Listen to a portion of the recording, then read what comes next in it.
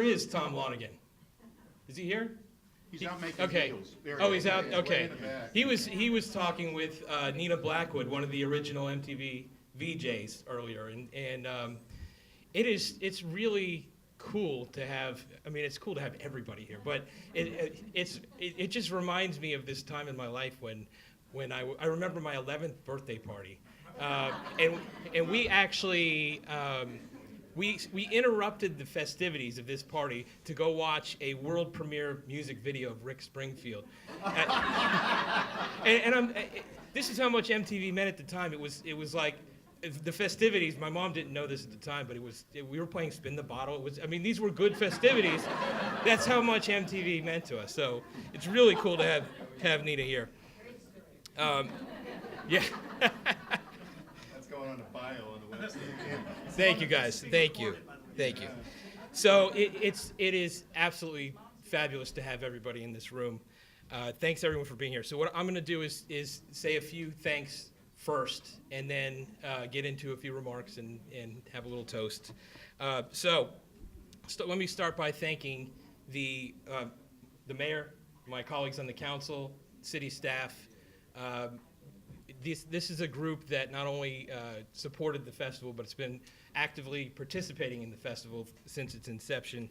Our staff is incredibly talented, and if some of you may have noted that the logistics run, and hopefully tomorrow everything runs right, and I expect that it will. Our lead planner is Carolyn Crosby. She was going to try to make it tonight, but I haven't seen her. Planning. Yeah, she's planning. Then we have Nancy Wild and Sheila Booley and Lauren Neal, and they're supported, of course, by Denise Kaiser and Michelle Potter, our Director of Parks and Rec, and everybody's supported, of course, by our City Manager, Tony Tomasello. So if you have a drink in hand, you got to tip one back to that awesome group. Now, the Gaithersburg Book Festival is a regional event, but it's very much organized and planned and paid for by a community. And we couldn't do this, we couldn't have tonight, we couldn't have any part of the festival without the generosity of some great patrons of the arts, patrons of the city, partners. So I want to recognize a few, starting with our great book-selling partner, Politics and Prose.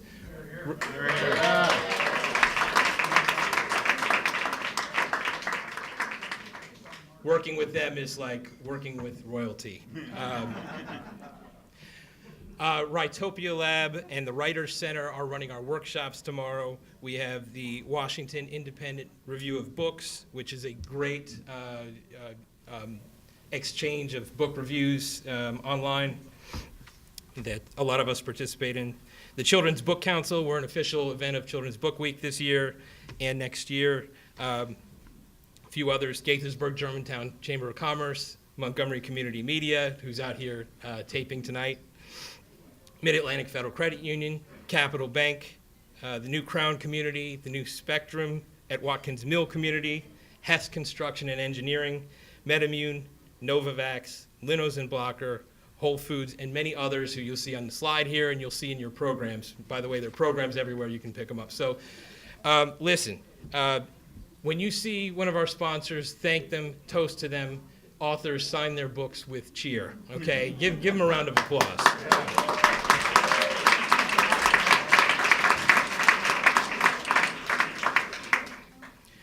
We need another big round of applause for the Wyndham Garden Hotel for hosting this, for housing all of our out-of-town authors. They are the official hotel of the Gaithersburg Book Festival this year, and we are so grateful for all that they've given for us. We want to thank Pritchard Music Academy for our entertainment. I want to thank Laura Rolls, my friend and colleague, for helping plan this event.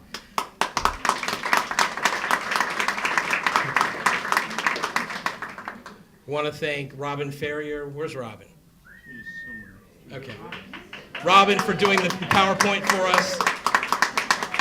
Okay. Thanks to all of you guys.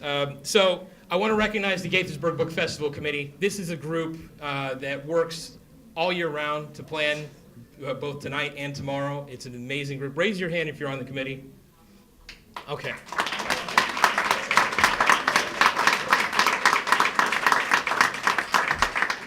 If you kept your hands up, I was going to name you, but I could do it. Thank you, guys. Thank you, guys. The 4 people most directly responsible for the authors at our festival are Becky Malone. Where are you, Becky? All right. There's Becky. Jean Taft. Christine Kubek. Over behind the pole. Okay. And Gussie Lewis. Where's Gussie?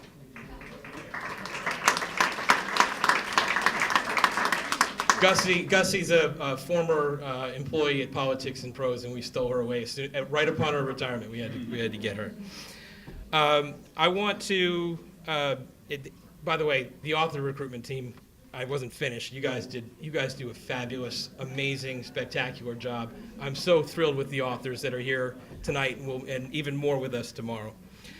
Special welcomes. I want to welcome a couple people representing a couple of the other big literary endeavors in Maryland. Elizabeth Cromwell, where are you, Elizabeth? From Frederick Reed's.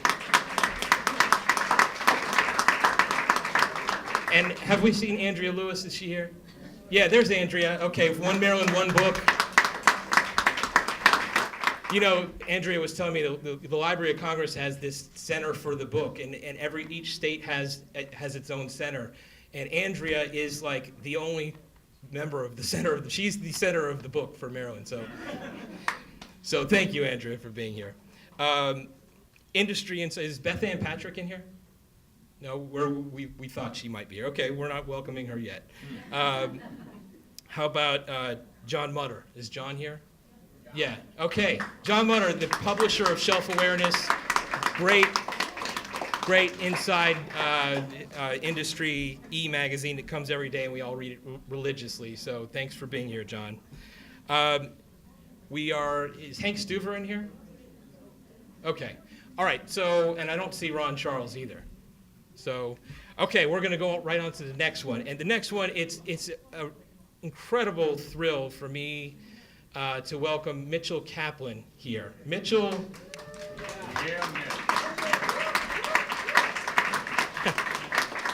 Mitchell Kaplan is the owner of one of America's most beloved independent bookstores, along with Politics and Prose. His bookstore is Books and Books. It's down in Coral Gables, and he is the founder of the largest literary event in the country, the Miami Book Fair International.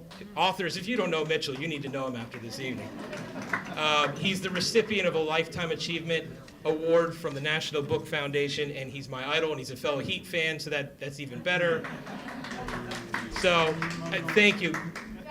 Mitchell was good enough to he put together a panel of South Florida authors that he's brought here, and they're doing a program tomorrow. Les Standiford and Deborah Dean and John Dufresne, and we're really excited to have them. It's just great. So thank you for being here.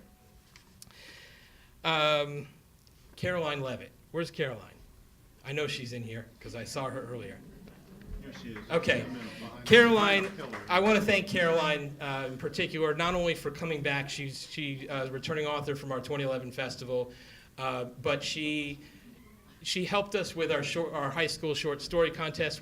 She wrote the opening lines. She did the judging. We had more entries than ever from all over the region, and she was fantastic with her time. She wanted to give feedback to all of the finalists, not just the winners. And so, thank you, Caroline, for being here.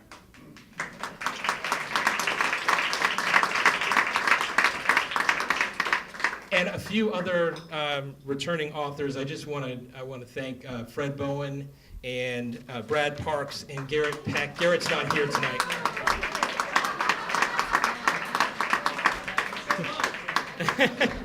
Now these guys, they've come back to our festival as we've grown, and I really appreciate how they've helped us over the years. So it's wonderful. Thank you.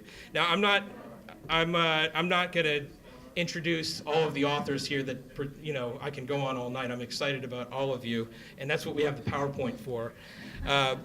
But I do have a few things to say to you. You know, you may not realize it, but once you are a Gaithersburg Book Festival author, you're part of the family. And frankly,